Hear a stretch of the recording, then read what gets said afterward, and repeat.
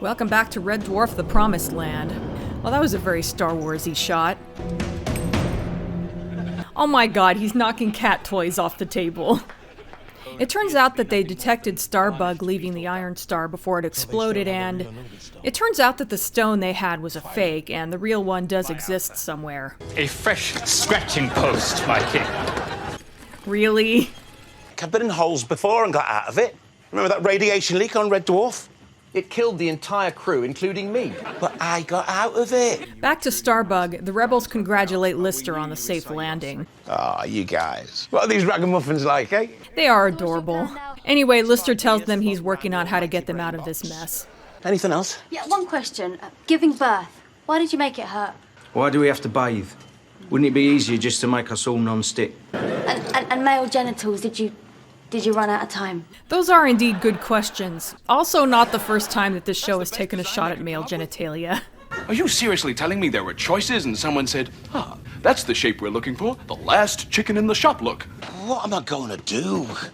They're relying on me. So they have no supplies, but Crichton thinks that part of the Iron Star may have landed on the planet with them. With no idea of how to find that stuff, Crichton pulls out the Starbug owner's manual again. Oh, this is interesting. Don't tell me the heated seats have a massage function. You've read it too? When all else fails, read the instructions. A little later, the rebels are singing about Lister again, and he's beginning to think that someone should tell them he's not a god. If you tell them the truth, it'll destroy them. You're right, I can't tell them. You've got to. Someone who isn't him. I won't have to be there to see the silent disappointment in their eyes. Remembering your history with women, I'd have thought you'd be immune to that by now. Have you finished? Was said by no woman to you. Wow, Cat's on fire today. What's the point of telling them? What's in it for us? It's not about us, Rimmer, it's about them. What are you talking about? Everything is about Rimmer. According to Rimmer, anyway. If they knew the truth, at least they stop depending on me and start thinking for themselves. That's a good point. But you did. Dead because you didn't question the order to repair an unrepairable drive plate. You didn't think for yourself. Yes, we're bringing this up again. Do you know why, out of the entire crew, I was selected to return? Yeah, Holly was nuts. Because I never think for myself, I obey orders, and I always carry a pen. Always. You always have a pen. Even when you're an amorphous Rimmer blob. Anyway, Lister tells Crichton to go and tell the rebels who Lister really is. Oh my god, they've got balls of yarn. Anyway... Mr. Lister, you see, well, the thing is... He's the most wonderful, amazing man I've ever met. Way to go, Criters. How'd it go? Did you tell them? After everything you've done for me, sir, I just couldn't... Time to try again. That's not quite the whole picture. In fact, it's staggeringly incredible and stupendous, too. Wow. I'm a cat, they're cats. Let me take care of this. Honestly, why didn't he just have Cat do it in the first place? He's not afraid to talk bad about anybody, and true to form, he comes right out with it. That guy in there ain't your god. He ain't nobody. Did he not go into stasis and save the mother of our people? But wait a minute. Did he not refuse to betray her to the authorities and now he live? And did he not give me the power of speech when before I had no such gift?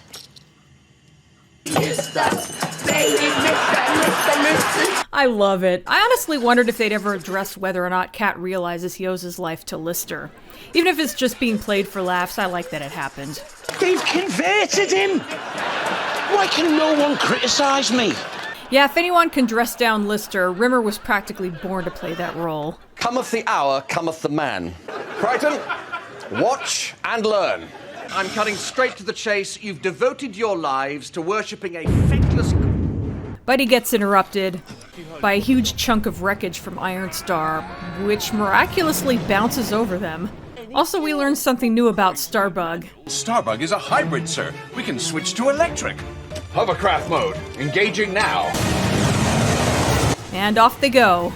Starbug looks weirdly cute right now.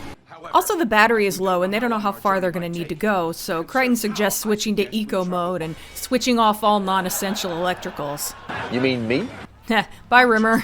Instead, Crichton suggests that Rimmer enter low power mode. I hate low power mode. My vision's standard def. I can only hear in mono, and when there's electronic interference, I wind up looking all snowy.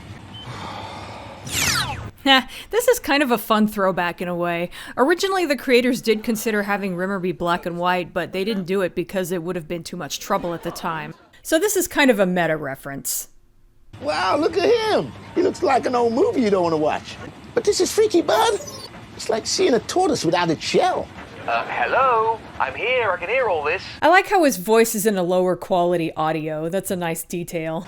But he's not real, is he? You forget. Time for Cat to show off his talent of saying exactly the wrong thing. This really brings it home.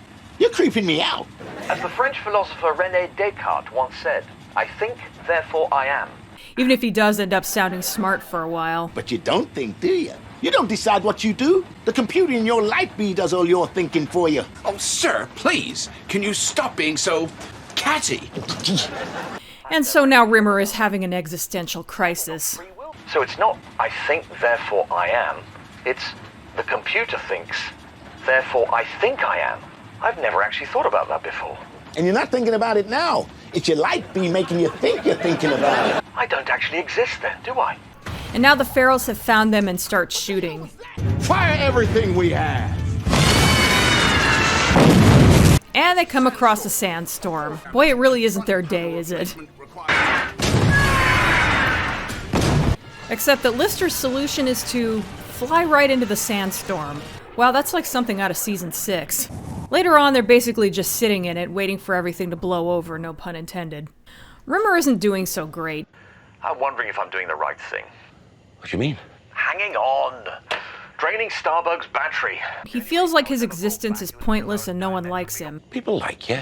Of course, Lister is trying to deny it, but we all know Rimmer is right. Which makes this scene extra heavy. Name one. Crichton? Crichton does not like me. He told me he liked and admired you just the other day. Yeah? What did he say? That he liked and admired you just the other day. Really? Really? Yeah, of course Crichton didn't say that, because here he comes. Lister was saying you like and admire me, Crichton. Is that true? Wow, he can't even go into lie mode about it. Crichton, do you like me? Well, do you?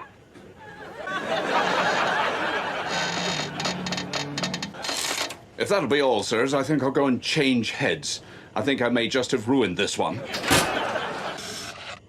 You must think I'm stupid.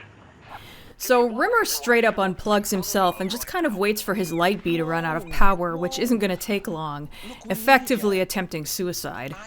Lister, being Lister, tries to give him a reason to stick around. I don't exist. What's the point of me? Remember, we're the posse. We're the boys from the Dwarf, like the 4 Musketeers. Which doesn't work at first, but he ends up saying something profound. A moon cannot make light, right? And yet there's such a thing as moonlight. Yeah, but the sun can't make moonlight without the moon. So who's making the moonlight? They both are. Which means that even though a moon cannot make light, moonlight exists. Like you, Smeghead. Oh, that was kind of beautiful. Smeghead included.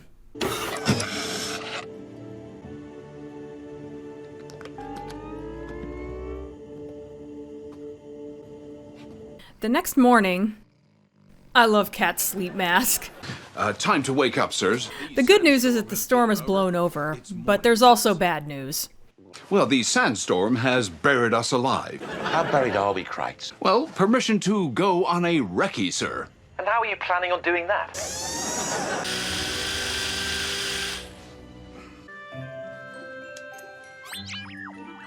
Okay, this is giving me Terraform vibes, even though this is a lot less goofy. Also vaguely makes me think of R2-D2.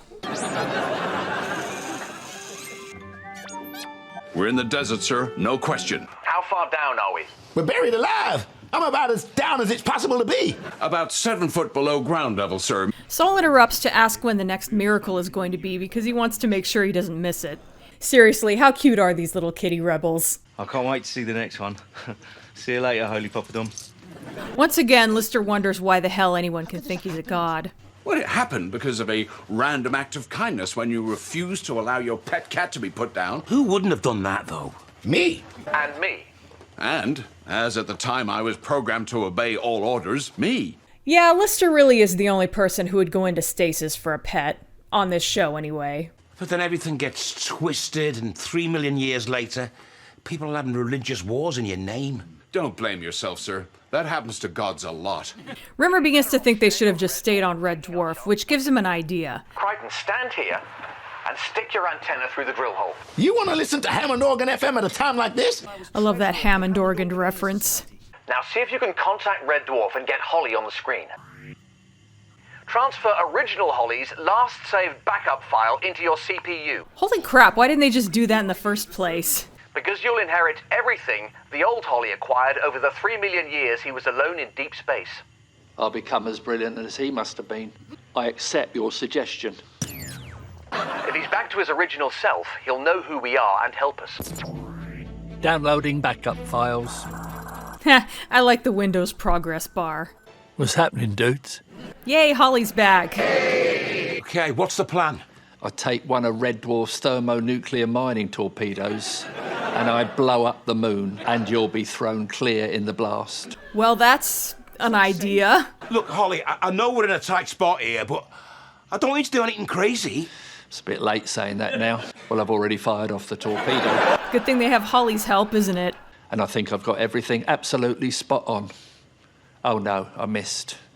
You missed the moon! Maybe my calculations weren't as spot on as I thought. There, that should fix it. How do you know this will be any better?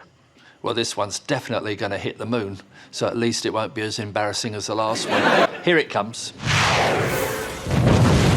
And holy shit, it worked. Go Holly. The best miracle yet, Holy Poppadom. Yeah, that was definitely a miracle.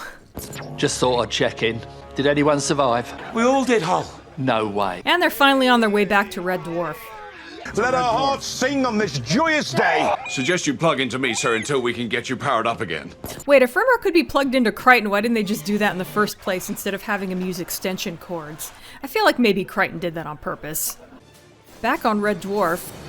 Oops, they're not alone. Holly, why didn't you tell us the Ferals are on board? Were they holding you hostage? No, I just forgot. And Luna gets a little too brave. Our Holy Papa John will always repel our enemies. At least that's what the scriptures say. Tell me where the real Anubis stone is, or watch her die. We don't know where it is. You're a cloister. You know everything. And now Lister confesses that he's not a god. When you guys think I'm your god because I once saved a cat from being put down. This actually reminds me a little of Galaxy Quest. Explain as you would a child. We lied. I'm a chicken soup vending machine repairman. You're in charge of repairing soup machines. Technically, Rimmer was in charge. He pushed the trolley. Recommended what pipe cleaner he should use. So what we saw him doing in the pilot was literally his whole job? I never even thought about that. I always assumed he was slacking off and Rimmer just didn't say anything about it because it was so typical. You're just a ship of fools. Yes! No. The only fools here are us. Poor Peanut even loses her ability to speak because it was all psychosomatic. I've wasted my entire life. Chasing a false prophet on a stone made of beetle dung. Rodon is about to just let them go because they aren't worth it, but... What of your brother? What, a little pink furry shack bandit is my brother? We have checked the records. Is this truly him? Oh yeah, this bit. I hate this, actually. Why did you leave him behind? We left all the uncool ones behind. There was no place for him. So we left him. And on the day you left, I vowed I'd never be called uncool again. I'm getting a little ahead of myself here, but the only major thing I don't like about the Promised Land is that for the 4th fucking time we could have gotten a cat episode and we didn't. Which wouldn't bother me so much, I'm freaking used to it by now. But then about 10 minutes before it ends, they shoehorn in this bullshit about, oh, by the way, Rodon is Cat's brother, and did we mention there's a backstory to why Cat wants to be cool, and it's because of that? Fuck that. Cat is cool because he's a cat. He didn't need some bullshit backstory reason for it. That, like, ruins the entire joke about his existence. Anyway, back to the story. And I've been cool ever since. Well, except the one time we landed on backwards roll and I needed... It's a long story. Okay, I do like the reference to the end of Backwards. He's right, that was decidedly uncool. You want to return to our people? Huh? You want to come home? I am home. This is my home right here. I also like Cat being given a choice to leave Red Dwarf and deciding to stay. Blow the Red Dwarf and everything on it to hell and back. He couldn't have told me that before I made my choice. My feral king, leaving an enemy to be killed later by a deadly device often leads to an ingenious escape. Count Ludo is surprisingly genre savvy. The Clouder must witness their death. Only then will they realize there is no cloister, no hope for ever finding a promised land. Damn, Rodon doesn't fuck around. So they're herded back to the bridge where things are about to go from bad to worse. Tell me that's not your battery about to go, Crichton. Sir, I would hardly endanger your lives by not having enough charge to see us safely through any possible... That's my battery. It's gonna die too. The feral cat people teleport away, leaving them there. But Lister has a thought. Anubis? Who's he? A creature with the head of a cat who... You sure you want to show that scene again, creators? He realizes that the reason for embalming something is to protect it, and it turns out that the beetle droppings were just a shell protecting the real Anubis stone. He uses Rimmer's cable to power him up, and... Super Rimmer returns. The bomb. Go and get it, mighty. Oh god, I don't think I noticed the light-up shoes before. He grabs the bomb and flies off with it.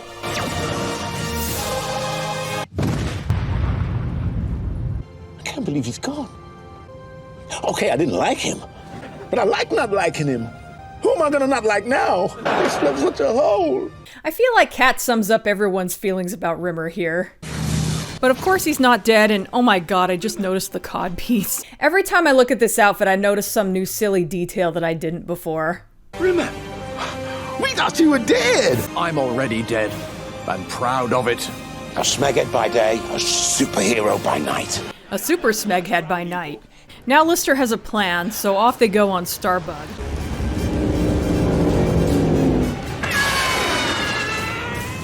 Those meow missiles never stop getting a chuckle out of me. Battle to the death. You with an out-of-commission transport ship and me with a battle cruiser. Rodon is one sassy kitty. If we collide together, my ship will rip yours apart. Yeah, but before that happens, your goons will rip you apart. It's all yours, mighty. So Lister's brilliant plan is to have Rimmer fire a laser pointer at Rodon. What? What are you doing?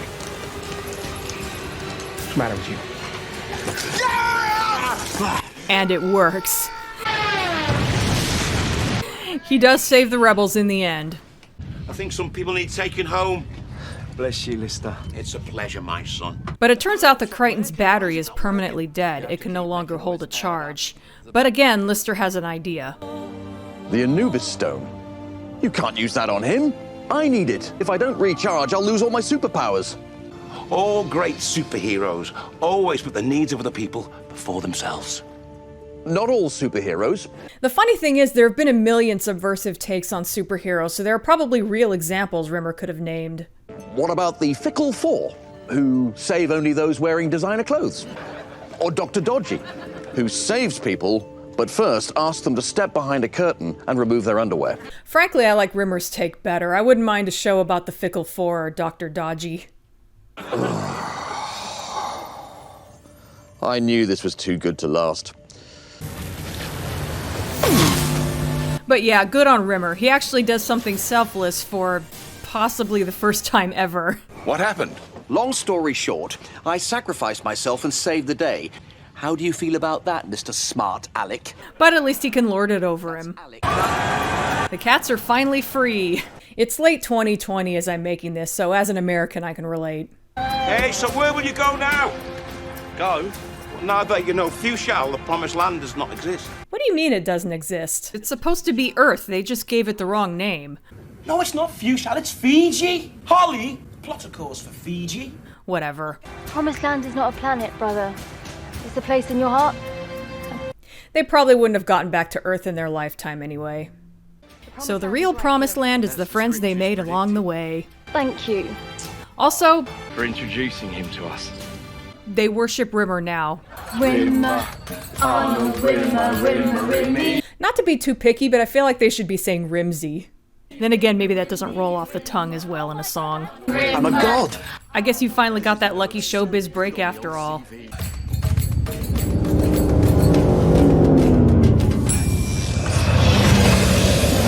And so ends the Promised Land. Despite some of my bitchier bits, I did enjoy the hell out of this.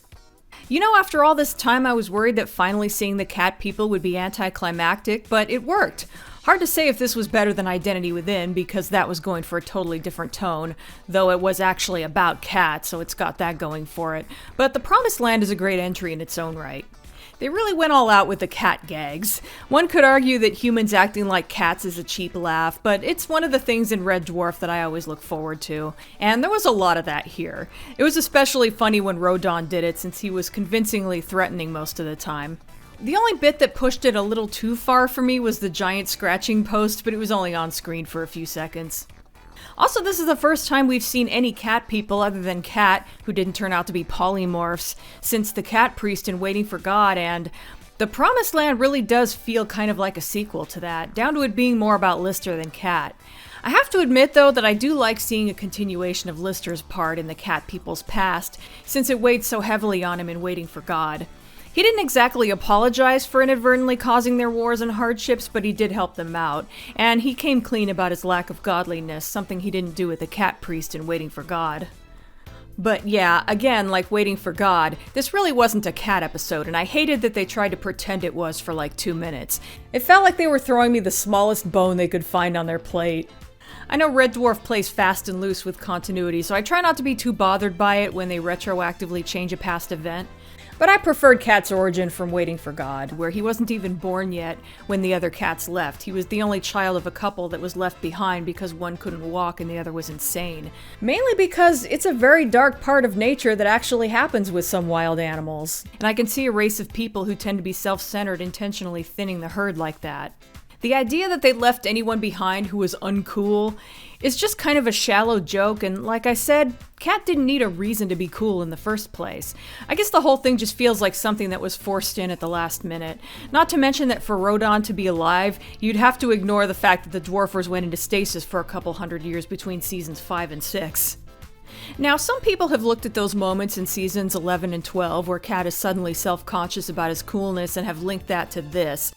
And it's possible that maybe the creators did some thinking ahead and were working towards this idea for a while, but even if that's true, I'm still not a fan of it. I just don't think that Cat needs a reason to be cool, and that's all I have to say about that. The only thing I did like about that scene was Cat basically saying, "Screw all y'all," to his own race by staying on Red Dwarf. It's like even Cat knows how awful they are, not to mention showing his allegiance to his friends. A cat has no fidelity, my ass. So you can probably tell by now why I'm not doing a separate Cat video for The Promised Land. It would probably be about 2 minutes long. He has some snappy dialogue and he's in nearly every scene, but he doesn't really do much and he only wears one outfit. But why not talk about that outfit? It's not one of his best, but I like it. It's a peach double-breasted suit with silver-ringed buttons over a lighter peach turtleneck shirt, which is kind of different for him. The color is unusual for him, but I really like how it goes with his skin color. It's accented with a blingy kitty pin, I think the same one from season 12, with a metallic peach hair bow. Speaking of which, his hair is in a braid like in most of season 11 and 12. Also silver shoes. During the 3 months they were on Starbug, he makes a hooded vest to go with it.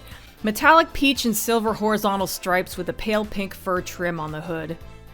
We never see him wear them, but he also made some mittens to go with it. Damn, that must have been one fabulous parachute. And while I'm on the topic of costumes, I guess I may as well talk about the other cats. I already talked about how the rebels dressed like Lister. The ferals have an interesting style, though. In general, it's kind of ancient Rome tunics made of leather with fur trim. In particular, Rodon's look kind of reminds me of M'Baku from Black Panther. One more word, and I will feed you to my children. I'm kidding, we are vegetarians. Except Rodon would have eaten you. In general, their hairstyles all kind of look like various versions of Cat's general style, with the poofiness on top and the ponytail or braid in back. The exception is Count Ludo, who is wearing red velvet robes. Makes sense that he wouldn't be dressed for battle like the rest of them. He also has the most elaborate hairstyle. By the way, I like that Rodon has a couple of women on his team, and they look just as badass as the men do. Rodon is many things, but a misogynist is not one of them. Speaking of Rodon, he is a fun character. He comes across as kind of a parody of the warlord king that's been in a lot of media, and yet he has his trumped-up house cat moments. But the actor plays it convincingly, so it kind of works on both levels. I don't care if he plays with cat toys, I would not want to run into Rodon in a dark alley. Back to characters' appearances, I did want to mention something about Crichton. He looks banged up and rusty for this whole movie, and it made me think of how the droids in Star Wars movies always get all dirty and banged up, and then in the final scene they're always all polished and shiny again. With how many little bits in this that made me think of Star Wars, I was half expecting Crichton to end up all polished and shiny at the end of the Promised Land, so I was a tiny bit disappointed that it never happened. Apparently the reason for Crichton looking this way is because, due to how all the actors have aged, Robert Llewellyn thought that Crichton should look aged as well, and this is how they accomplished that. I guess the final thing I have to point out is that all the best Red Dwarf episodes have a little bit of depth and darkness, and Rimmer's existential crisis was a great example of that. I also kind of like that it was triggered by Cat, who has a habit of coming across as really mean because he just has no filter, who is having a rare bout of intelligent thought.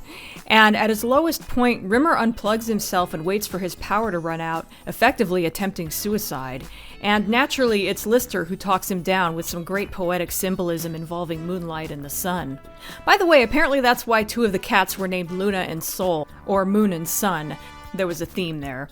Oh, and yeah, that's also kind of a fun coincidence because I've had 3 cats named Luna, Sol, and Terra. When I first saw this, Luna was the first name I caught, which did make me a little sad because we had to have our Luna put to sleep just a few months before. And then I caught Sol, and I was like, wait. But no, the third was named Peanut, and Luna and Sol were just theme naming, referencing Lister's speech about the sun and moon. And it was just one of those funny coincidences. I mean, not like my videos are anywhere near big enough that the Red Dwarf creators are gonna know about me down to my cats' names. But that almost had me going, for just a second. So I guess that's about all I have to say about the Promised Land. For the most part, it was just silly fun, but there's a bit of depth, and there are a lot of fun costumes ranging from cool to ridiculous, and nearly all the comedy was spot on. Sadly, it wasn't the cat episode that I've been wanting, and apparently the creators think that this is what a cat looks like, but for the most part, I'm happy to say that I enjoyed the hell out of the Promised Land. Well, at the time I'm filming this video, this is the most recent Red Dwarf thing to come out. So I guess I'm done with Red Dwarf for a while. I hope you've enjoyed this long look back at the series. The more in-depth cat videos, that video where I talked about Can't Smeg, Won't Smeg, the time I shared my theory about what happened to Rimmer between seasons 8 and Back to Earth, and the 2 times I compared Red Dwarf to Star Trek The Next Generation. That's it for now. See you next time.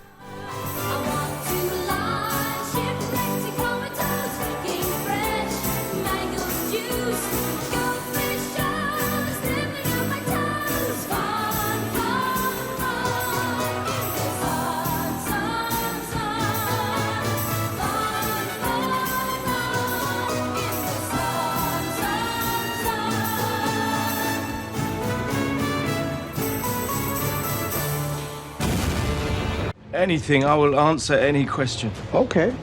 What percentage of the universe is made of dark matter? Sorry, I didn't think it was going to be general knowledge.